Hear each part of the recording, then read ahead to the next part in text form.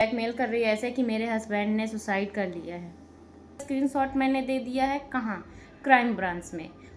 सो hi everyone, welcome है आपका मेरी छोटी सी ब्लॉग में। छोटी तो नहीं होने वाली है, थोड़ी लंबी ही होने वाली है, क्योंकि मैं अपने साथ हुई कुछ बातें बताती हूँ जो कि हो सकता है कि हर किसी के साथ हो सकता है।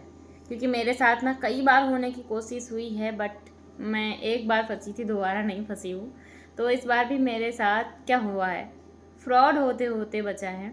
वो मैं बताऊँ कैसे होते होते बचा है। मेरी जो आईडी है ना फेसबुक की और इंस्टाग्राम की, इनकी फ़ेक आइडियाँ एक नहीं बहुत सारी आईडी बनी हुई हैं, बहुत सारी। और मेरी फ़ेक आईडी को यूज़ करके लोग मिस यूज़ कर रहे हैं। मतलब मेरे नाम से बना लेते हैं, मेरी डीपी भी लगा लेते हैं। उसके बाद क्या करते हैं कि अलग अलग लोगों को मैसेज करते हैं और उनसे बातें करते हैं। तो लोग क्या समझेंगे कि मैं ही तो हूँ, बट मैं किसी का रिप्लाई भी नहीं देती हूँ यार, मैसेज कैसे करूँगी। तो इस बार क्या हुआ है कि मेरे पास एक कॉल, मेरे पास नहीं आई थी, मेरे हस्बैंड जी के पास कॉल आई थी कि आपकी पत्नी जो हैं वो मेरे हस्बैंड से बात करती हैं, और अभी से नहीं 1 साल पहले से बात करती हैं, और उसका नाम मैं नहीं बताऊंगी। और उसके बाद क्या हुआ, मेरे हस्बैंड जी तो थोड़ा सा डिप्रेस्ड हो गए कि यार भैया पता नहीं है, सच में बात तो नहीं करनी भाई, हर कोई थोड़ा सा तो डाउट लेगा ही कि क्या पता बात करती हूँ। तो वो भैया ब्लैकमेल कर रही है ऐसे कि मेरे हस्बैंड ने सुसाइड कर लिया है तुम्हारी पत्नी की वजह से। तो मेरे पति और ज़्यादा घबरा गए कि यार ऐसा कैसे हो सकता है, ऐसा कैसे हुआ। भाई जब घर में कोई बात करेगा तो थोड़ा बहुत तो क्लू छूटेगा ही कहीं ना कहीं पे। जब मैं करती नहीं है तो कभी पकड़ में भी नहीं आई।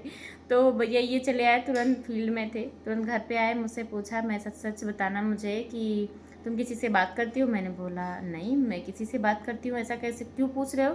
तो बोल रहे इंस्टाग्राम से किसी से बात किए हो, कभी चैटिंग किए हो। तो मैंने बोला नहीं करती हूँ, मैं कभी किसी से नहीं की हूँ। तो इन्होंने तो विश्वास कर लिया क्योंकि मैं कभी करती ही नहीं। मैंने बोला मोबाइल मेरा चेक कर लो, और क्यों ऐसा क्यों पूछ रहे हो। तो बोल रहे हैं कि एक लड़की ने फ़ोन किया था, उसने बोला कि मेरे पति ने सुसाइड कर लिया है तुम्हारी पत्नी की वजह से। तुम्हारी पत्नी मेरे हस्बैंड से बात कर रही थी, मैंने उनको पकड़ लिया, उन्होंने मोबाइल तोड़ दिया है। तो मैंने बोला ऐसा कुछ भी नहीं है, वो तुम्हारे साथ फ्रॉड करना चाहती है, कोई ना कोई वो धरकिट लगा रही है कि आपको फंसा सके और आपसे पैसे निकाल सके। भाई फ्रॉड करने का एक ही तरीका होता है कि उनको पैसे ही चाहिए, किसी न किसी मामले में फंसाएंगे, फिर आपसे पैसे ऐंठेंगे। वो ब्लैकमेल करना चाहती थी, बट हम लोग उस दिन टेंशन में आ तो गए थे। सच में मैं बता रही हूँ, मैंने एक वीडियो भी छोड़ा है। तो उस दिन तो मैं सच में बहुत ज़्यादा टेंशन में आई थी कि यार ऐसा कैसे हो सकता है, लोग कैसे कैसे दिमाग लगाते हैं। भाई मैं तो फ्री थी क्योंकि मैं कभी बात ही नहीं की हूँ, लेकिन हस्बैंड जी को थोड़ा बहुत डाउट था कि ऐसा ना हो कि ये बात करती हो और दिक्कत में आ जाए। तो मैं इनको बहुत ज़्यादा समझाई थी कि ऐसा कुछ भी नहीं है, तुम मेरी वजह से बिल्कुल भी टेंशन ना लो और इतना 100% हो जाओ कि ये फ्रॉड था। तो वो बाद में जानते हो 2 या 3 बार कॉल की, मैंने भी उससे बात करी कि मैं आपके हस्बैंड से बात नहीं की हूँ, और अगर मैं बात की हूँ तो आप मुझे स्क्रीनशॉट भेजिए उस व्हाट्सएप का, उस इंस्टाग्राम का। तो वो बोल रही जानते हो कितने क्लू दिए उसने पकड़ने के लिए। मेरी मम्मी के फ़ोन से मैं बात करती हूँ, उसने बोला मेरी मम्मी मेरे पास नहीं रहती हैं, मेरी मम्मी 60-65 साल की हैं, उनके पास मोबाइल भी नहीं है, जो कि मायके में रहती हैं, मेरे साथ नहीं रहती। चलो उसने मेरी सास का नाम लिया, लेकिन मेरी सास भी मेरे साथ नहीं रहती है। उनकी भी एज इसी टाइप की है, 50-55। तो मैं उनका फ़ोन यार उनके पास है ही नहीं, तो मैं यूज़ क्या करूँगी। ये बात पकड़ने लायक हो गई। फिर बोल रही उसने ना मेरे भाइयों से भी बात करी है। मेरे भाई, मेरे 2 भाई हैं। मेरा बड़ा भाई जो है वो घर पे रहता है, घर संभालता है, और जो मेरा मंझला भाई है, छोटा वाला भाई है, वो जॉब करते हैं, डिस्ट्रिक्ट मिशन मैनेजर हैं। तो इसने जैसे ही बोला कि उसने मेरे भाइयों से बात करी है, मैंने पकड़ लिया भैया। मेरे भाई इतने ज़्यादा सेंसिटिव हैं, बाप रे, उनको ऐसी कोई बात चलेगी तहलका मचा देंगे एकदम। तो मैंने बोला यार इसी बात से पकड़ लेना चाहिए था तुमको कि मेरे भाइयों से बात करिए। मेरे भाई इतने ज़्यादा मतलब तुरंत हाइपर हो जाते हैं, कोई भी ऐसी वैसी बात होती है तो तुम कैसे नहीं पकड़ पाई इन बातों में। तो बोल रहे मेरे हस्बैंड कि हाँ मुझे शक तो हुआ था इन बातों से। तो मैंने बोला शक नहीं, ये कन्फर्म है कि ये फ्रॉड है। तो उनको कंफर्म कराते कराते मुझे 2 दिन लग गए, पता है आपको। फिर उसने, उस लड़की ने इनको मैसेज किया, व्हाट्सएप किया। मेरी 3 आईडी हैं, ओरिजिनल आईडी, उन तीनों आईडी का स्क्रीनशॉट लेके भेजा, लिंक भेजी व्हाट्सएप पे कि वो मेरे बारे में सब कुछ जानती है। ठीक है, मेरे हस्बैंड जी ने मुझे दिखाया।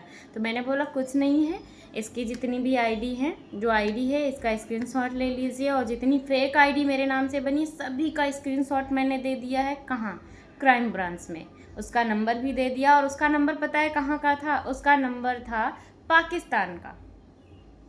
पाकिस्तान की वो लड़की थी, वो लेडी थी जो फ़ोन कर रही थी।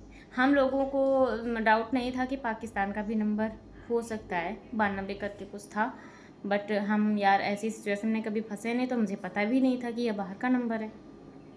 जब ये क्राइम ब्रांच गए ना, तो उन्होंने बहुत ज़्यादा समझाया कि आपको सतर्क रहना है, आगे चल के आपके साथ बहुत कुछ हो सकता है, क्योंकि आप उस लाइन में हैं, उन लोगों की नज़र में हैं।